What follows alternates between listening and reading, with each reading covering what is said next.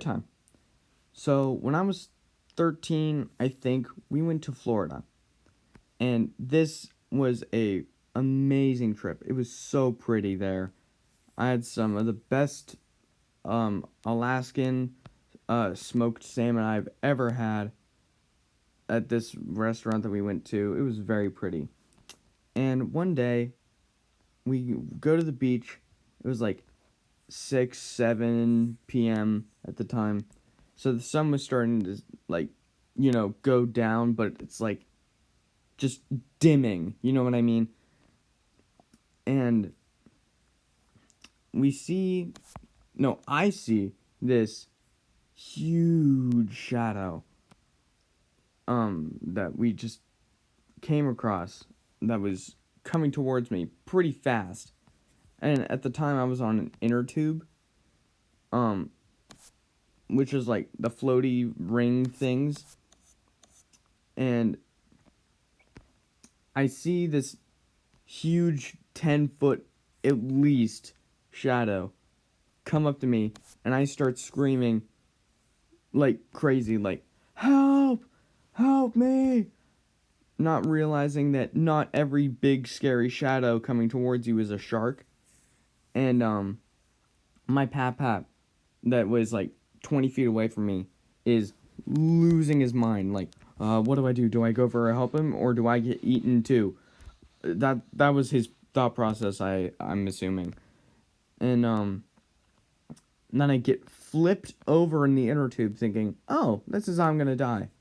So I resurface, put on the goggles that I had on my head at the time, and then I go in the water to see what was flipping me over and was scaring me so bad.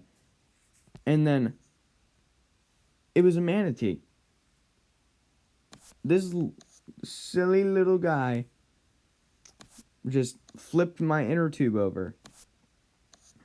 And then I say, never mind, everybody, I'm so sorry. It was just a manatee. And my pap goes, oh, thank God, okay. And before this vacation, in 6th grade, I told everybody I was going to go high five a manatee when I went to Florida. And I got it on a GoPro cam of us following the manatee in the water. It was very big. It was very cool. And that's what I'm drawing right now is a manatee, and it's pretty good, I guess. Um, and then my dad, he like brushes up against its tail, and he says that was a really cool feeling. And I tell my family that it kind of feels like 100 grain sandpaper, which, yeah, kind of what they feel like exactly. But this one had moss on it, so it was like 60 grain sandpaper. So we go and we leave the beach that day, and they're like, Ryan, that is a 1 in a million chance. That is so cool that you got to experience that. I'm like, I know. Now I get to go back to school, show all my teachers this amazing video of what happened to me on my vacation in 7th grade. And it was really cool to have this happen to me. So that's the end of the story. But I have another animal story, so don't go anywhere. There's more. Because that manatee story is too short for its own video, so I had to make two. Now, this story was when we went on a vacation to West Virginia. I've been there many times, for whether it be for Boy Scouts or just for family vacation. And this one, it was really cool. It was very pretty. We had a very nice house with a hot tub. It was pretty big of a house. And we had a huge creek next to us that had like rainbow trout. We would try to catch them in the nets, that we'd just swim with them, like the school of trout. It was very cool. It was like that one scene in Tarzan where he goes to get the elephant hair and he sees all the school of fish. It was just like that. I could have just referenced Nemo, but I have to make it harder. And we see this sign when we go on a car ride up to a mountain. And when we go to the mountain, at the top of it was like 4,000 feet high. And it was like almost a mile. And when we go and get out of the cars, we see a sign that says, "Warning, this is bear country." And then it has like an like 1800s looking photos of hunters with their guns and a bear that they just killed, like the one from Red Dead that was just like 15 feet high, and then like 1,000-pound grizzly bear. That's kind of what I was imagining for when they said it's bear country. And then I wanted to see a bear.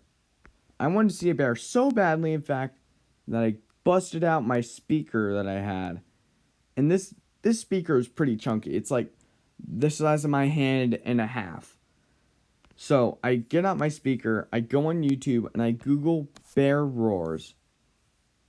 And my grandparents, now, they don't usually like the idea of bears coming up to them, searching through their pockets of their pants or their purse and whatever, saying, "Hey, you got any honey in there?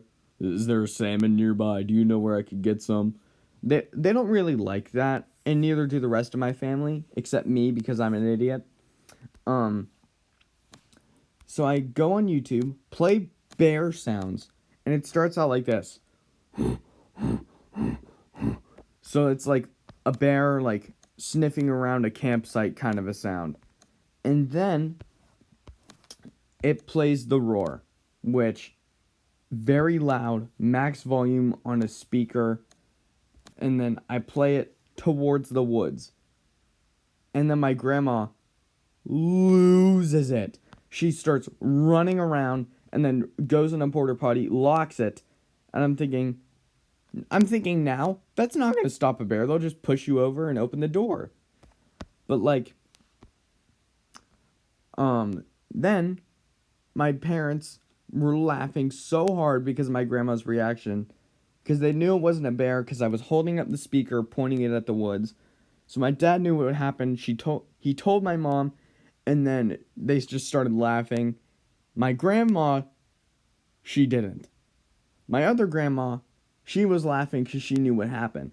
And then she runs up to me and says, "Ryan, what is wrong with you? I almost peed myself," which I don't believe. I think she actually did pee herself.